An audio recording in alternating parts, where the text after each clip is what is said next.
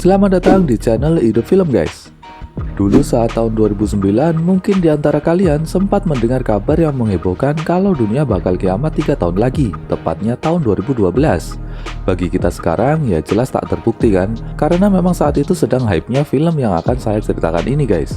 Film berjudul 2012 yang rilis tahun 2009 ini menceritakan tentang bencana ekstrim yang melanda seluruh dunia hingga nyaris memusnahkan peradaban manusia. Tapi sebelum melanjutkan, saya ingatkan bagi yang belum menonton film ini bahwa video ini full dengan spoiler guys. Namun jika kalian tak bermasalah dengan itu, langsung saja kita masuk ke alur ceritanya.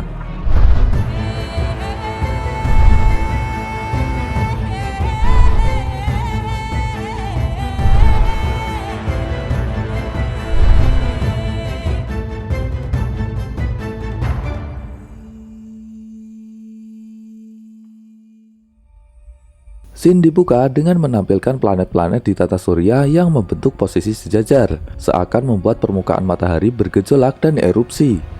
Bersetting waktu di tahun 2009, seorang geolog bernama Adrian menemui rekan ilmuwan yang bernama Satnam di India. Adrian lalu diajak menuruni sebuah tambang sedalam hampir 3,5 km.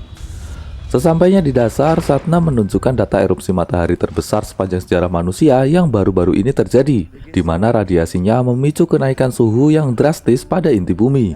Air dalam tangki sedalam 1,8 km pun mendidih akibat kenaikan suhu inti bumi.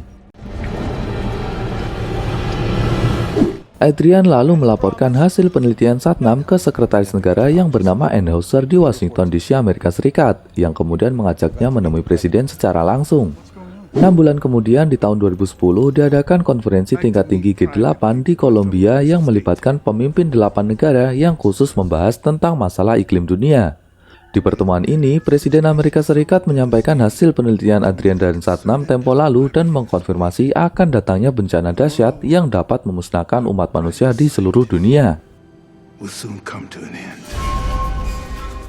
Di tahun berikutnya, yakni 2011, pemerintah mulai mengumpulkan dana dari para konglomerat untuk membangun suatu fasilitas perlindungan dengan biaya 1 miliar euro per orang.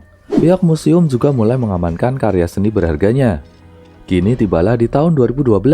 Dalam televisi diberitakan bunuh diri massal yang terjadi di sekitaran Candi Kuno suku Maya. Para pelaku bunuh diri massal ini mempercayai bahwa kiamat akan terjadi di tanggal terakhir kalender Maya kuno yang akan jatuh pada 21 Desember 2012. Ditambah baru-baru ini sedang terjadi erupsi matahari terbesar sepanjang sejarah yang membuat mereka semakin yakin bahwa kiamat benar-benar akan terjadi di tahun 2012 ini. Di California, seorang duda bernama Jackson tampak terburu-buru pergi karena ada janji mengajak anak-anaknya pergi camping. Dengan menggunakan mobil limousine bosnya, Jackson menjemput anak-anaknya yang tinggal dengan mantan istrinya. Di sana terlihat jalanan mulai retak dan gelombang air laut yang mulai tak stabil. Namun saat ini masyarakat belum mengetahui bahwa dunia sedang menghadapi kiamat. Hanya segelintir pejabat tinggi yang mengetahuinya. Bahkan orang-orang dalam yang berpotensi membocorkan informasi sebenarnya akan dibunuh guys. Di sisi lain, Adrian dan Enhauser yang sedang melaporkan perkembangan terkini kepada presiden tiba-tiba disela oleh putri presiden yang bernama Laura. Laura mempertanyakan kematian beberapa orang yang seolah dibungkam. Dari perkataan presiden terungkap bahwa saat ini sebenarnya pihak internasional sedang menjalankan kerjasama secara diam-diam membangun fasilitas perlindungan yang tentu saja tak akan muat menampung seluruh manusia. Maka dari itu informasi ini disembunyikan, selain agar tidak menimbulkan kepanikan massal. Jackson yang telah sampai tempat camping di Taman Nasional Yellowstone mendapati danau yang harusnya penuh air telah mengering, bahkan tampak sisa airnya mendidih dengan beberapa bangkai hewan yang telah mati. Tak lama kemudian pasukan tentara juga datang ke sana dan mengamankan Jackson menjauh dari danau tersebut menuju suatu fasilitas penelitian, di mana di sana juga terdapat Adrian. Dan kebetulan Adrian mengenal Jackson yang ternyata adalah seorang penulis buku yang biasa ia baca. Adrian lalu mendapat kontak dari Satnam. Satnam menjelaskan bahwa tambang yang mereka kunjungi dulu kini telah ditutup karena suhunya telah meningkat drastis dan menyebabkan kerak bumi kini menjadi tidak stabil. Bencana besar yang akan terjadi ternyata akan datang lebih cepat dari perkiraan mereka. Dan malamnya, Adrian menginformasikan kepada Enhauser untuk segera mengungsi ke fasilitas perlindungan. Jackson dan anak-anaknya lalu berkemah di sekitaran tempat parkir. Saat Jackson mendengarkan siaran radio di mobil, ia mendapati bahwa ternyata tempat penyiarnya berada di dekat tak jauh dari tempatnya. Penyiar radio ini bernama Charlie. Ia menjelaskan bahwa keanehan alam kali ini bukan peristiwa biasa. Ia juga menghubungkannya dengan sistem penanggalan kalender suku Maya kuno yang berakhir di tahun 2012 ini, bertepatan dengan sejajarnya seluruh planet di tata surya yang mana itu hanya terjadi 640.000 tahun sekali. Itulah kenapa terjadi erupsi besar di matahari yang meningkatkan suhu inti bumi secara drastis, membuat lempeng kerak bumi mudah bergeser karena tidak stabil. Hal itu akan menyebabkan berbagai bencana alam yang kemudian menenggelamkan bumi seperti zaman Nabi Nuh, dan akan terjadi di tanggal 12 Desember 2012. Bahkan Charlie mengumpulkan artikel yang memberitakan kematian beberapa tokoh yang mengetahui informasi ini, di mana salah satunya adalah Profesor Myers, kenalan Jackson. Dan menurut Charlie, pemerintah sedang membangun fasilitas perlindungan dan sedang menjual tiketnya, dan hanya orang-orang kaya dan terpilih yang bisa menaikinya. Dirasa penjelasan Charlie tak masuk akal, Jackson pun pergi meninggalkannya. Di sisi lain, mantan istri Jackson dan suaminya yang sedang berbelanja mendapati jalanan mulai retak hingga membelah lantai tempatnya berada. Berita ini pun segera sampai ke Jackson dan anak-anaknya dan memintanya untuk segera pulang. Dari pembicaraan Enheuser dan Presiden diketahui bahwa fasilitas perlindungan yang dibangun pemerintah ternyata berupa 4 kapal raksasa atau bahtera yang hanya bisa menampung 400.000 orang. Dan waktu mereka hanya tinggal 2-3 hari lagi. Lalu diperlihatkan bos Jackson yang bernama Yuri mendapat informasi untuk segera pergi menuju bahtera. Jackson yang telah pulang mengantar anak-anaknya kemudian ditelepon Yuri untuk menjemput anak kembar Yuri yang tingkahnya sangat menjengkelkan. Bahkan mereka mengolok Jackson kalau Jackson tak akan mampu membeli tiket untuk menaiki bahtera. Mendengar perkataan bocah-bocah ini membuat Jackson sejenak berpikir sembari mendengar saluran radio Charlie. Ditambah tanah yang sesekali bergetar menimbulkan retakan. Menyadari bahwa apa yang dikatakan Charlie benar, lantas Jackson menyewa pesawat pribadi. Jackson lalu meminta mantan istri dan anak-anaknya untuk segera pergi bersamanya. Hingga kemudian gempa besar mulai terjadi di tempat mereka. Jalanan kini mulai retak dan bergelombang, menghancurkan dan menelan pemukiman di sana. Gedung-gedung pun mulai ambruk, seluruh kota hancur dalam beberapa menit.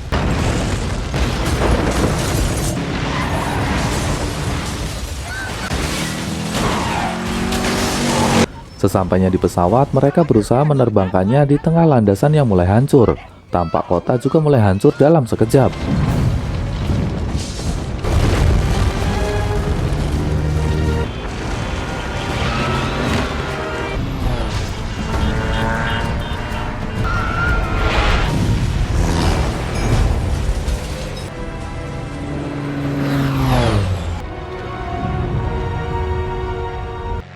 Beberapa waktu kemudian pesawat Jackson mendarat di sekitaran Taman Nasional Yellowstone untuk mengisi bahan bakar.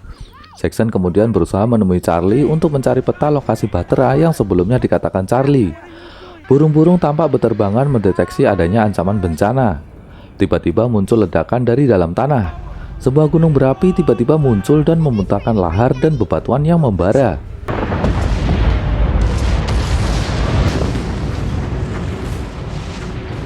Jackson pun meluncur di tengah bebatuan yang jatuh dan tanah yang terbelah. Saat mencari petanya, Jackson nyaris jatuh ke dalam retakan tanah. Namun beruntung ia masih selamat dengan membawa petanya.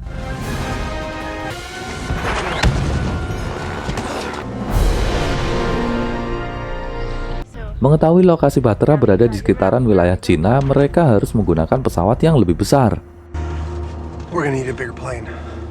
Kini bencana dahsyat mulai terjadi di seluruh dunia. Jutaan manusia pun menjadi korban. Di sini juga terungkap bahwa Enheuser lah dalang dibalik pembunuhan semua orang yang berpotensi membocorkan rahasia ini. Presiden akhirnya memutuskan untuk tinggal. Ia merasa bertanggung jawab untuk menyampaikan kebenaran kepada masyarakat dan mati bersama mereka. Di sisi lain, Jackson kebetulan bertemu Yuri yang juga berencana menuju bahtera yang berlokasi di Cina. Dengan dramatis, mereka mencoba lepas landas meninggalkan kota yang mulai hancur.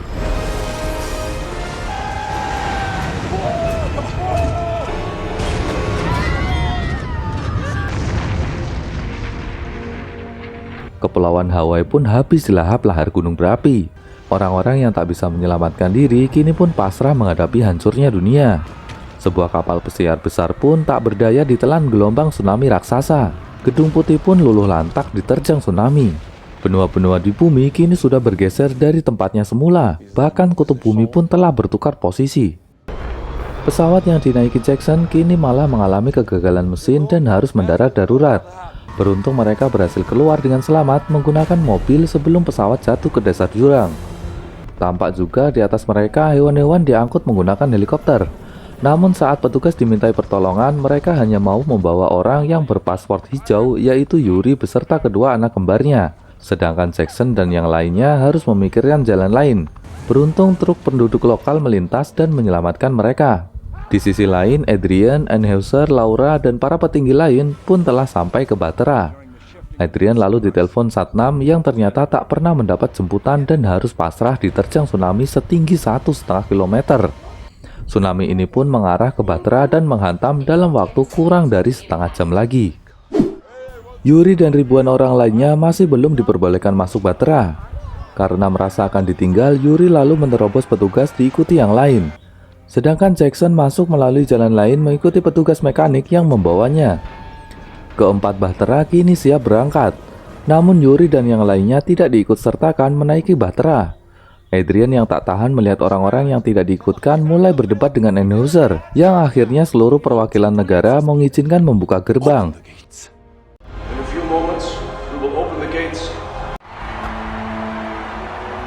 Namun sayangnya, jalan masuk Jackson berada di jalur hidrolik pintu gerbang sehingga sempat terjadi masalah yang membuat gerbang tidak bisa tertutup sempurna. Akibatnya mesin Bahtera tak bisa dinyalakan. Kini tsunami telah menghantam puncak Himalaya.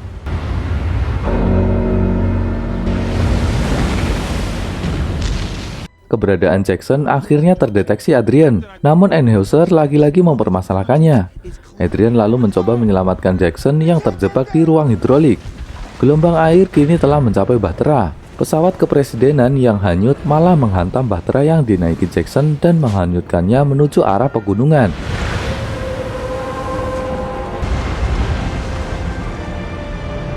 Gerbang yang belum tertutup sempurna karena tersangkut membuat Jackson harus berjuang melepas benda yang tersangkut. Bahkan suami mantan istri Jackson harus tewas tergilas gear. Namun akhirnya gear bisa berputar kembali membuat gerbang dapat tertutup dengan sempurna, sehingga mesin bisa dinyalakan dan Bahtera pun selamat.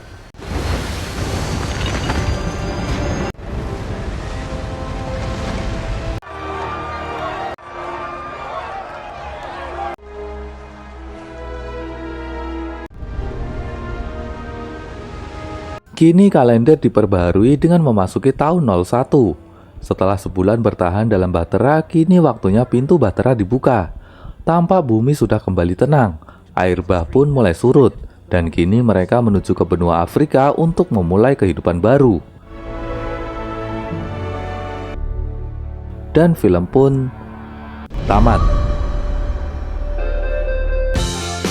Terima kasih telah menonton video ini hingga selesai. Mohon dukungannya untuk subscribe bagi kalian yang belum subscribe agar channel ini berkembang dan bisa terus menghibur kalian semua. Assalamualaikum warahmatullahi wabarakatuh.